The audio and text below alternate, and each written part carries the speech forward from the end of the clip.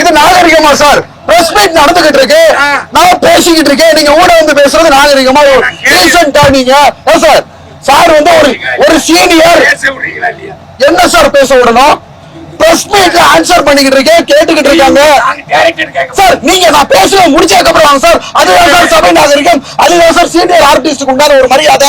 நான் press மீட்டுக்கு meeting கொடுத்துக்கிட்டு இருக்கேன், எந்த படத்துல சார் பேசிக்கிட்டு இருக்கேன் சார். முடிச்சது வாங்க சார். அதுதான் சார் ஒரு சீனியர் ஆர்டிஸ்ட் நடிகருக்கு அழகு. தரமானி முதல்ல கேள்வி கேட்டு பாருங்க. ஹலோ, நீங்க எவ்வளவு பேர் ஆளுன்னு கேக்குறேன், நல்லா தெரிஞ்சுக்கோங்க பத்திரிகை நபர்களே. சின்ன வயசுல இருந்து டிராமா காம்படிஷன்ல ஃபர்ஸ்ட் பிரைஸ், என்னோட சான்றிதழ்கள் எல்லாமே நான் வந்து பதிவிட்டு இருக்கேன் சோசியல் மீடியால, அது எல்லாருக்குமே தெரியும். இந்த மாதிரி வந்து கேள்வி கேட்கறது முதல்ல அநாகரிகம். அவ்வளவு பெரிய ஆளா இவர், அவ்வளவு பெரிய ஆளா கேளுங்க பத்திரிகை நிபாடிக்கலாம், அவர் அவ்வளவு பெரிய ஆளா? இந்த மாதிரி முதல்ல சாப்பிடலாமா? பத்திரிகை நண்பர்களுக்கு வணக்கம். இப்ப என் காதலே படத்தோட பிரிவியூ ஷோல வந்து இப்ப நான் வந்திருக்கேன். ஏன்னா உங்க எல்லாருக்குமே தெரியும், தமிழ்நாட்டோட நடிப்பு அரக்கன் watermelon star doctor D Diwakar producer மேடமோட ரெக்வெஸ்ட்னால பிரிவியூ ஷோக்கு வந்திருக்கேன். என் காதலே படம் ஆக்சுவலா தமிழ் கலாச்சாரம் அழிஞ்சு வந்துகிட்டு இருக்க காலங்கள்ல வந்து பாத்தீங்கன்னா அந்த கலாச்சாரத்தை நினைவூட்டுற வகையில ரொம்ப அருமையா சிங்கப்பண்ணே அப்படின்ற ஒரு வார்த்தைக்கு இணங்க ஒரு, அதாவது ஸ்கிரிப்ட் ரைட்டர், அதாவது கதை எழுத்து, திரைக்கதை, டைரக்ஷன் எல்லாத்தையுமே வந்து பாத்தீங்கன்னா ஒரு டைரக்டரா வந்து பண்ணிருக்காங்க மேடம். வந்து டைரக்டர் கம் ப்ரொடியூசர், அதாவது இது வந்து ஒரு ஃபர்ஸ்ட் டைமா இருக்கு. ஒரு பெண்ணே வந்து பாத்தீங்கன்னா ப்ரொடியூஸ் பண்ணி டைரக்ட் பண்ணி நல்ல ஒரு கதையை வந்து மக்களுக்கு விருந்தா அளிச்சிருக்காங்க. ஆக்சுவலா எல்லாருக்கும் சொல்லிக்கிறது என்னன்னா, நிறைய திரைப்படங்கள்ல வந்து பிரச்சனைகள் வருது. அதாவது நடிக்கிற நடிகர்கள் ஆர்டிஸ்டுக்கும் சரி, ப்ரொடியூசருக்கும் சரி, டைரக்டருக்கும் சரி, ஒரு குடும்பத்துல ஏதாவது ஒரு பிரச்சனைகள்னா அவங்களுக்கு ஒரு ஆள் விட்டு கொடுத்து எல்லாம் வந்து ப்ரிவியூ ஷோவா இருக்கட்டும் அல்லது ஆடியோ லான்ச்சா இருக்கட்டும், அதுல நடிச்ச நடிகர்களும் நடிகைகளும் கலந்துகிட்டு பொதுமக்கள் கிட்ட வந்து அதை வெளிப்படுத்தணும். அதை விட்டுட்டு சின்ன சின்ன சச்சரவுகள் சண்டைகள் குடும்பத்துல இருக்கு அப்படின்றதுக்காக ஒண்ணும் இல்லைங்க. இப்ப பிள்ளைக்கு கல்யாணம்னா அவங்க அப்பா அவங்க வராம இருப்பாரா? அது மாதிரிதான் தமிழ் திரையுலகங்கள்ல சில விஷயங்கள் நடந்துகிட்டு இருக்கு. இதை பார்க்கிறப்ப ரொம்ப மனசுக்கு வேதனையாவும் கஷ்டமாவும் இருக்கு. சோ குடும்ப பாங்க நல்ல படமா இருக்கு. நிறைய புதுமுகங்களுக்கு வாய்ப்பு கொடுத்திருக்காங்க. இப்ப லேட்டஸ்டா பார்த்தேன், ஏதோ ஒரு படம் ஆடியோ லான்ச்ல நம்ம டைரக்டர் மிஸ்கின் சார் பாத்தீங்களா, இன்ஸ்டாகிராம்ல நடிக்கிறவங்க எல்லாம் வந்து பாத்தீங்கன்னா மூஞ்சில குத்துவேன், முகரையில குத்துவேன், இந்த மாதிரியான வார்த்தைகள் எல்லாம் தவிர்த்துட்டு எனக்கு ஒரு விஷயம் ஞாபகம் வருது சார். மிஸ்கின் சார் பிரச்சனை ரொம்ப தீவிரமா வந்துகிட்டு இருந்தப்ப நான் வந்து எதிர்த்து குரல் கொடுத்திருந்தேன். சார் பேசினது தப்பு. என்ன சார்? இல்ல படத்தை பத்தி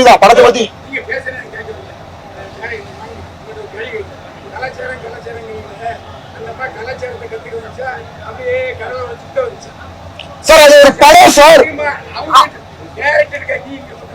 அது ஒரு படம் சார். அவங்க சரி கேளுங்க சார். சார் அது அவங்க படம் திரைக்கதை படமா எடுத்திருக்காங்க, கலாச்சாரத்தை பத்தி சொல்லிருக்காங்க.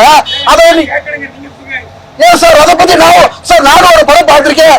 நான் படம் பார்த்தப்ப அந்த படத்தை பத்தி இல்ல சார், இவங்க படம் எடுத்திருக்காங்க, அந்த படம் பார்த்திருக்கேன். ஒரு பொறுமனிதனை நான் கருத்து சொல்லக்கூடாதா? நான் வந்து என்ன சார் பிரஸ் மீட்ல தான் சார் சொல்றேன்.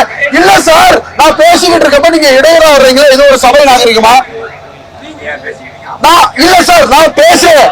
பத்திரிகை நிருபர்கள் வந்து பேட்டி எடுத்துக்கிட்டு இருக்காங்க சார். இது நாகரிகமா சார்? பிரஸ் மீட் நடந்துகிட்டு இருக்கு, நான் பேசிக்கிட்டு இருக்கேன், நீங்க ஊட வந்து பேசுறது நாகரிகமா? நீங்க சார் சார் வந்து ஒரு சீனியர் என்ன சார் பேச விடணும்? பிரஸ் மீட்ல ஆன்சர் பண்ணிக்கிட்டு இருக்கேன், கேட்டுக்கிட்டு இருக்காங்க சார். நீங்க நான் பேச முடிச்சதுக்கு அப்புறம் வாங்க சார். அதுதான் சார் சபை நாகரிகம், அதுதான் சார் சீனியர் ஆர்டிஸ்டுக்கு உண்டான ஒரு மரியாதை. நான் பிரஸ் மீட்டுக்கு மீட்டிங் கொடுத்துக்கிட்டு இருக்கேன், என் காதலே படத்துல சார் பேசிக்கிட்டு இருக்கேன் சார். முடிச்சது வாங்க சார். அதுதான் சார் ஒரு சீனியர் ஆர்டிஸ்ட் நடிகருக்கு அழகு சார். உங்களோட நான் ஒரு சின்ன பையன் குழந்தை மாதிரி ஒரு பிரஸ் மீட் இவ்வளவு பேர் கேட்டுக்கிட்டு இருக்காங்க, அவங்களுக்கு ஆன்சர் பண்ணிக்கிட்டு இருக்கேன். இடையில இன்டர்ஃபியர் ஆகலாமா சொல்லுங்க சார். நீங்க உங்க வேலையை முடிச்சுட்டு பேசுங்க சார். முதல்ல நான் பேசிக்கிறேன் சார். சார் என் காதலே படம் சரி கேட்டாங்க, நான் தான் பதில் சொல்றேன். பதில் சொல்ல விட மாட்டேங்கிறார்ல. இல்ல சார், சார் ரிப்போர்ட்டர்னாலுமே ஒருத்தவங்க கதவை பதிவிட்டதுக்கு அப்புறம் அவங்க கருத்தை சொல்லணும். பேசிக்கிட்டு இருக்காரு இல்ல கதையை பத்தி பேசுறது என்னன்னா புதுமுகங்களுக்கு வாய்ப்பு கொடுத்திருக்காங்க. ஓகேங்களா, அதுக்கு வந்து நன்றி சொல்றேன். இது மாதிரி சார நம்ம தப்பா பேசல, புதுமுகங்களுக்கு வாய்ப்பு கொடுங்க, யாரையும் இந்த மாதிரி பேசாதீங்க. ஒரு சின்ன கருத்து அவ்வளவுதான். ஓகேங்களா சார், தவறா பேசல. நம்ம சாரு என்ன பண்ணாங்கன்னா புதுமுகங்களுக்கு வாய்ப்பு கொடுங்க, இந்த மாதிரி இன்ஸ்டாகிராம் நடிக்கிறவங்களை பத்தி யாரும் ஆபாசமா பேச வேணாம் அப்படின்னு பொதுவான கருத்து பேசலையே சார். இவங்க ஆபாசமா பேசுறாங்க நான் சொல்லவே இல்ல, நான் பொது கருத்தை பதிவு பண்ணிக்கிட்டு இருக்கேன். அப்படியா, சரி சார், முதல்ல என்ன பேச விடுங்க சார். அதான் 2 நிமிஷம் உங்க டைம், எங்க டைம் வேஸ்ட் பண்ணாதீங்க, எங்க வேற ஒரு வேலை இருக்கு, அடுத்த பிரஸ் மீட்டுக்கு போறோம். அப்படியா, ஆமா சொல்லுங்க. Okay sir. சோ இந்த மாதிரி புதுமுகங்களுக்கு வாய்ப்பு கொடுத்திருக்காங்க, கலாச்சாரத்தை நினைவுபடுத்திருக்காங்க. நிறைய இடங்கள்ல ஆடியோ லான்ச்ல நானும் பார்த்துட்டேன் சார், நடிகர்களும் வர்றது கிடையாது. அதாவது ஒரு ப்ரொடியூசர்னா விக்காததை வித்து, ஓகேங்களா, கஷ்டப்பட்டுதான் படம் எடுக்கிறாங்க. சோ அந்த படத்தை வந்து அவங்களை வந்து ஒரு நாயகனாக வந்து சித்தரிச்சு காமிக்கிறாங்கன்னா அவங்களுக்குள்ள 1000 பிரச்சனைகள் இருந்தாலும் அதெல்லாம் கடந்து வந்து பாத்தீங்கன்னா ஒரு ஆடியோ லான்ச்ல கலந்து வந்து பாத்தீங்கன்னா பொதுமக்களுக்கு வெளிப்படுத்தணும், பத்திரிகை நிருபர்களுக்கும் நம்ம அதை பத்தி சொல்லணும். ஓகேங்களா, சோ இந்த படம் வந்து உண்மையிலே ப்ரொடியூசர் மேடமோட ரெக்வெஸ்ட்னால இங்க வந்து பார்த்து நீங்களே பார்த்திருப்பீங்க நிறைய ப்ரொமோஷன்ஸ்ல. சார் கொஞ்ச நாளைக்கு முன்னாடி தான் சார் நம்ம 2 பேரும் பார்த்து பேசலாம், அதுக்குள்ள பார்த்ததே இல்லைன்றீங்க சார். கேளுங்க சார், பண்ண போறேன். இருங்க சார், அதுக்கு முன்னாடி என்னோட சிக்னேச்சர்ஸ் இப்ப போட்டுக்கிறேன் எல்லாருக்கும். ஐயோ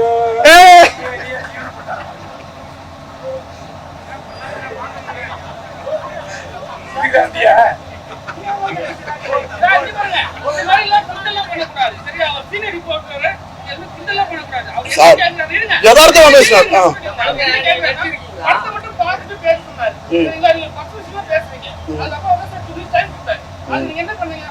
சார். நான் இதுதான் பண்ணேன், அவர்கிட்ட சொல்லிட்டு தான் பண்ணேன். இல்ல சார், சார் ப்ரீவியஸ் ஷோ பார்த்துட்டு வந்து கருத்து. ஆமா, அவங்க என்ன மாதிரி யாருக்கும் சொல்லவே இல்லையா சார். அவங்க சார் இன்ஸ்டாகிராம தாண்டி நான் 5 படத்துல நடிச்சிட்டேன். ஓகேங்களா, அந்த படத்துல ஃபர்ஸ்ட் படம் மே 23 ரிலீஸ் ஆக போகுது. சிறு வயசு முதல்ல என்ன பத்தி தெரிஞ்சுக்கிட்டு பேசுங்க. சின்ன வயசுல இருந்து என்ன சார், அதான் என்ன பத்தி தெரிஞ்சுக்கிட்டு பேசுங்க சொல்ல வரேன். என்ன கேட்கிற கேள்விகள் நீங்க அவ்வளவு பெரிய ஆளா? நானும் பத்திரிகையில பதிவு பண்ண வரேன். அப்பா அது ஒண்ணு ஒரு சீனு, அததான் நினைச்சாரு. சின்ன படத்தா நீ முதல்ல கேள்வி கேட்டு நிப்பாடு. நீங்க எவ்வளவு பெரிய ஆளுன்னு கேட்கிறேன், நல்லா தெரிஞ்சுக்கோங்க பத்திரிகை நபர்களே. சின்ன வயசுல இருந்து டிராமா காம்படிஷன்ல ஃபர்ஸ்ட் பிரைஸ், என்னோட சான்றிதழ்கள் எல்லாமே நான் வந்து பதிவிட்டு இருக்கேன் சோசியல் மீடியால, அது எல்லாருக்குமே தெரியும். இந்த மாதிரி வந்து கேள்வி கேட்கறது முதல்ல அநாகரிகம். அவ்வளவு பெரிய ஆளா இவர், அவ்வளவு பெரிய ஆளா கேளுங்க பத்திரிகை நிப்பாடிக்கலாம். அவர் அவ்வளவு பெரிய ஆளா இந்த மாதிரி முதல்ல இல்ல சார், இவரோட பெரிய ஆள் தான் சார். நான் படிச்சேன், என்னோட எஜுகேஷன் என்ன, நான் எந்த லெவல்ல இருக்கேன், என்ன பெரிய ஆளுங்க இவரோட அப்படி ஒரு ஆள் கிடையாது. நான் படிச்ச படிப்புக்கு நான் இருக்கிறது இவர் ஒரு ஆள் கிடையாதுங்க. இல்ல மேடம், நான் படிச்சிருக்கேன், எனக்கு ஒரு லெவல் இருக்கு, என்ன பத்தி பேசுறது இவர் ஒரு ஆள் கிடையாது. புறாம இருந்தா பேசலாம், இவர் வந்து அவ்வளவு பெரிய ஆள் கிடையாது. அவர்தான் சார் அவர் அந்த வார்த்தையை பேசுறாரு. சொல்லலாமா, அது சொல்லலாமா? நானும் போட ஆரம்பிச்சேன், சரியா அவர் தான் பேசுறாரு.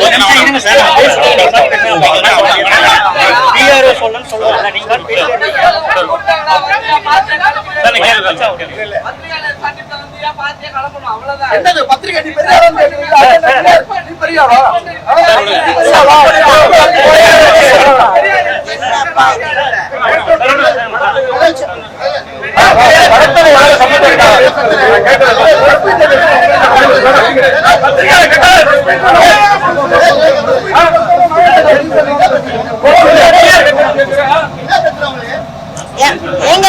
ஒருத்தரை போட்டு இத்தனை பேர் கலாய்க்க கூடாது. ஒரு பத்திரிகை காட்சிக்கு அப்புறம் ஒரு பிரிவு நடக்கிறது, இவ்வளவு மோசமான அனுபவம் நான் செஞ்சேன். யாரு இந்த ஆளு, ஏன் இவ்வளவு பேச விடுறீங்க? நான் அப்பயே சொல்றேன், வெளியே போய் சொல்லுங்க, ஏன் போய் சொல்லுங்க. நான் கேட்டது உங்க படத்துக்கான விஷயம்.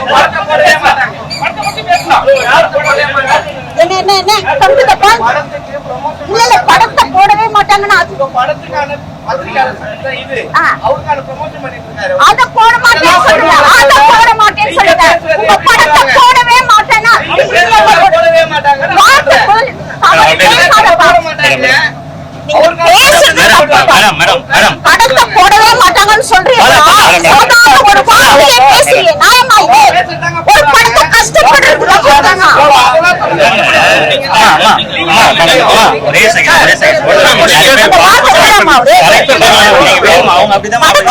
எவ்வளவு கஷ்டப்பட்டு நாங்க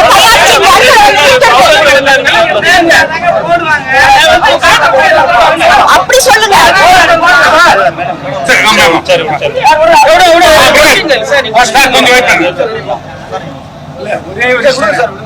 ஒரே கேள்வி ஒரு கேள்வி கேக்குறாங்க பைல்வான் சார். என்ன கேள்வி சொல்லுங்க சார். போன படத்திலையும் உங்களை பார்த்தேன், மறுபடியும் பார்க்கவும் நீங்க சந்தோஷமா சொன்னீங்க.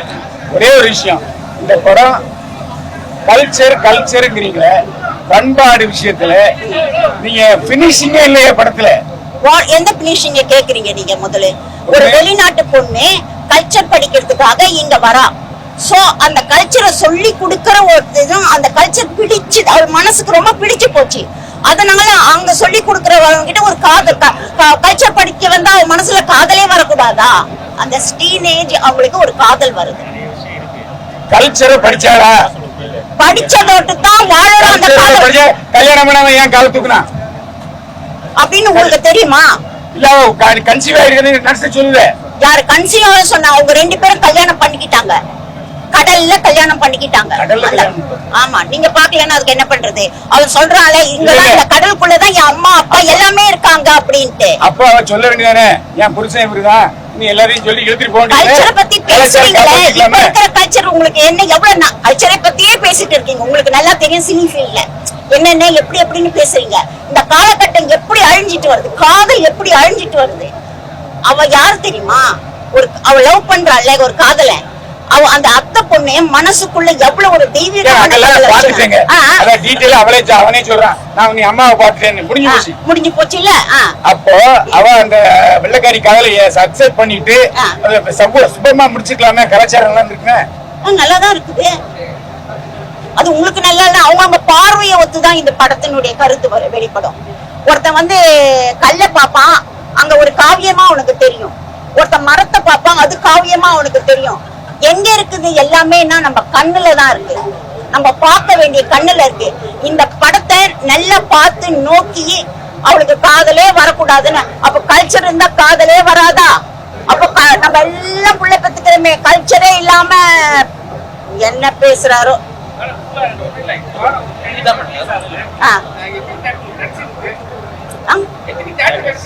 தெரியல. அறுபதுல இருந்து 88 வரைக்கும் பேசியிருக்கோம். அது கன்ஃபார்ம் ஆயிடும். தமிழ்நாடு ஃபுல்லா கிடைச்சிருக்கு. கண்டிப்பா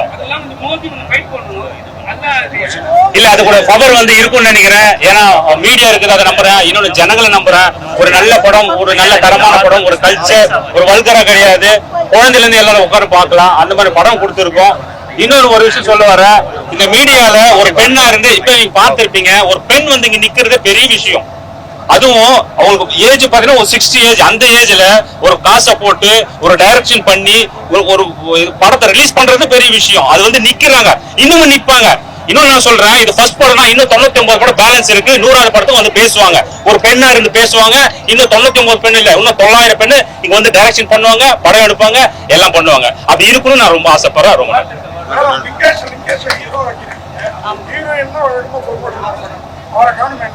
அது அவருக்கு தாங்க தெரியும்.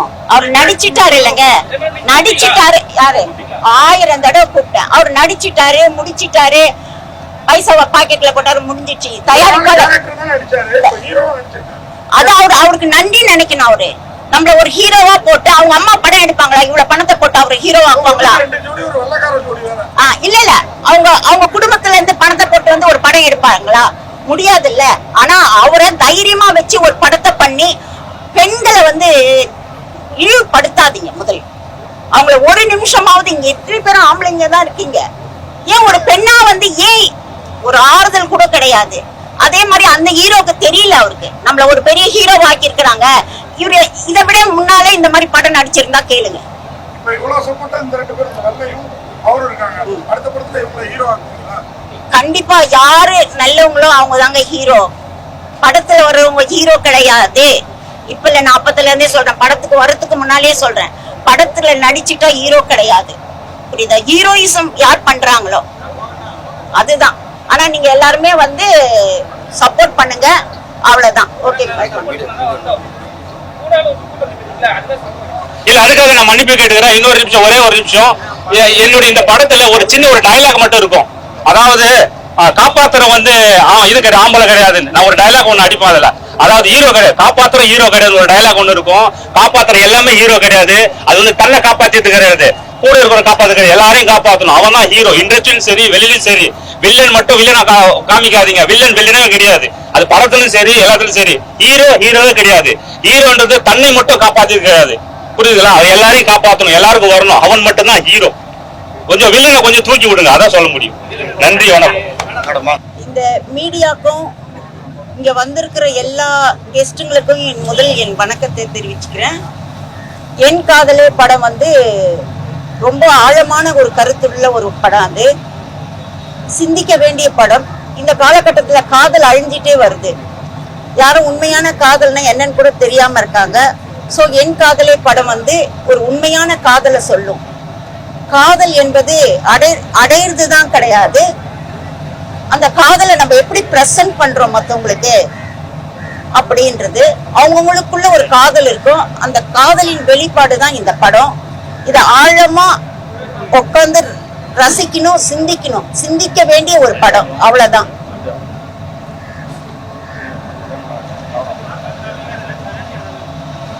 எல்லாருக்கும் வணக்கம். நான் இந்த படத்துல எல்லாருக்கும் வணக்கம். நான் இந்த படத்துல வந்து வில்லன் கேரக்டர் பண்ணியிருக்கேன், அதுக்கப்புறம் ஈபியா பண்ணியிருக்கேன். இது எல்லா புகழும் வந்து மேடம் தான். ஏன்னா இந்த படம் என்பது சும்மா கிடையாது. நான் இந்த ஒரு படத்துல இவ்வளவு பெரிய இதை பொறுப்பை கொடுத்து என்னை நிக்க வச்சிருக்கிறாங்க. அது வந்து மேடம்க்கு வந்து நான் நன்றியை தெரிவிச்சுக்கிறேன். இந்த படத்துல அவங்க போன பயணம், இந்த குறைஞ்சபட்சம் இந்த 1.5 வருஷத்துல அவங்க பட்ட கஷ்டம். ஏன்னா அவங்க கூட நான் 5 வருஷம் இருந்திருக்கேன். இந்த படத்துக்காக நிறைய உழைச்சிருக்காங்க. நிறைய பிரச்சனைகள் வந்திருக்கு. இப்போ இங்க பாத்தீங்கன்னா தெரியும் உங்களுக்கு யார் இருக்கிறா யாரு இல்லைன்னு. இப்போ இங்க என்னன்னா ஒரு சினிமாவும் சரி, ஒரு இண்டஸ்ட்ரியும் சரி, ஒரு பொது இடத்துலயும் சரி, ஒரு பெண்ணை வந்து எங்கேயுமே வந்து என்னன்னா நிக்க வைக்க எல்லாமே இது பண்றாங்க. அவங்களுக்கு வந்து ப்ரெஷர் கொடுக்கறது, அவங்களுக்கு என்ன சொல்ல டார்ச்சர்னு கூட சொல்லலாம். எல்லா விதத்திலையும் இருந்தும் இந்த படத்தை வந்து ஒரு இரும்பு பெண்மணியா சிங்களா நேர்ந்து இவங்களுக்கு வந்து நம்ம சும்மா ஹெல்ப் பண்ணியிருப்போம். அதேதான் ஆஸ் பர் ப்ரொடியூசரா சரி, ஆஸ் பர் டைரக்டரா சரி, இவங்க சிங்கிள் லேடியா தான் இருந்து இந்த படத்தை இது பண்ணியிருக்காங்க. அதுக்கு வந்து கோடான கோடி நான் மேடம்க்கு நன்றி தெரிவிச்சுக்கிறேன். இந்த வாய்ப்பை கொடுத்ததுக்கு மீடியாவுக்கும் ரொம்ப நன்றி.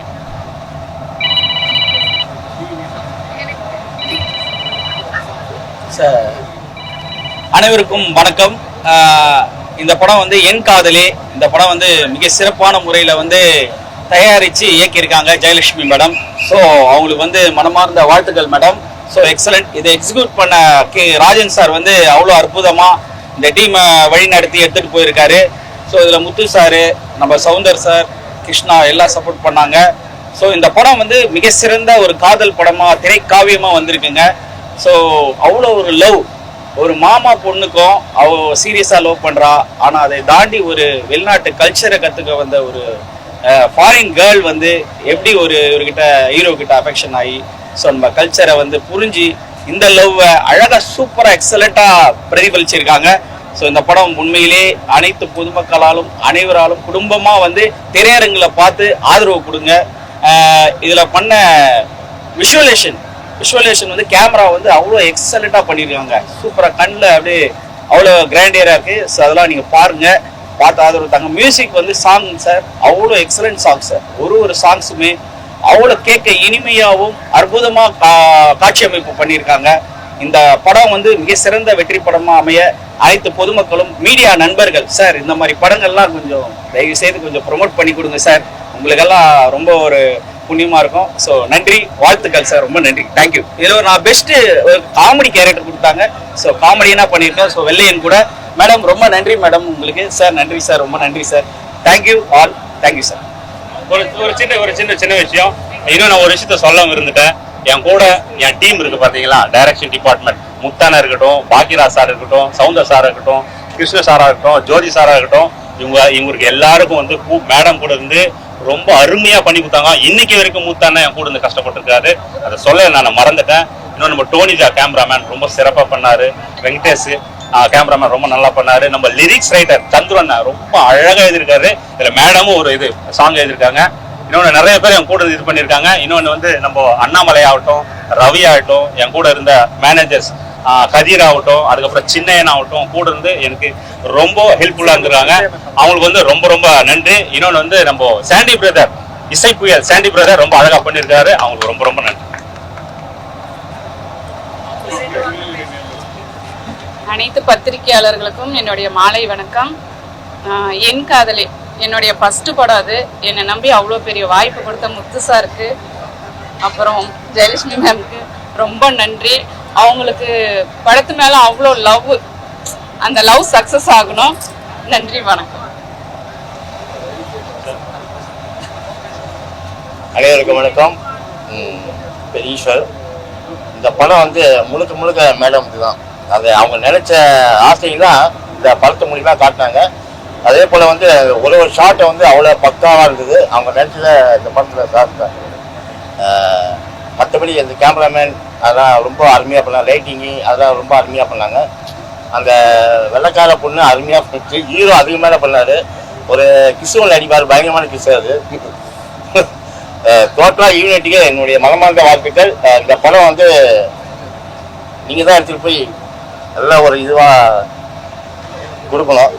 மீடியாவுக்கு நன்றி, பத்திரிக்கை நன்றி சார். நன்றி சார். ரொம்ப சந்தோஷமாக இருக்குது. எல்லாம் இந்த படத்தை வந்து தேட்டரில் போய் பாருங்கள். முழுக்க முழுக்க மியூசிக் டைரக்டர் அவங்க ரொம்ப ரொம்ப அருமையாக பண்ணாங்க. நன்றி. மீடியா அனைவருக்கும் என் நன்றியை தெரிவிச்சுக்கிறேன். நல்லபடி இது கொண்டு போய் சேரணும். ரெண்டாவது, இது வந்து ரொம்ப கல்ச்சரான படம். வெளிநாட்டில் இருக்கிறவங்களுக்குலாம் நம்ம கல்ச்சர் தெரியுது. நம்ம தான் கல்ச்சரை அழிச்சிட்டே இருக்கிறோம், தமிழ்நாட்டு கல்ச்சரை. அதை படிக்க வந்த ஒரு லேடிக்கு அந்த நம்ம கல்ச்சர் பிடிச்சு ஒருத்தனை லவ் பண்றா, அது ரொம்ப இம்பார்ட்டன்ட். நீங்க உண்மையை மட்டும் இதை நீங்க ரசிச்சிருப்பீங்க, அதை மட்டும் எழுதுங்க. நீங்க இதை ப்ரொமோஷன் பண்ணாதான் இது நல்ல வெற்றி அடையும்னு நான் நினைக்கிறேன். வந்த அனைவருக்கும் மிக்க நன்றி.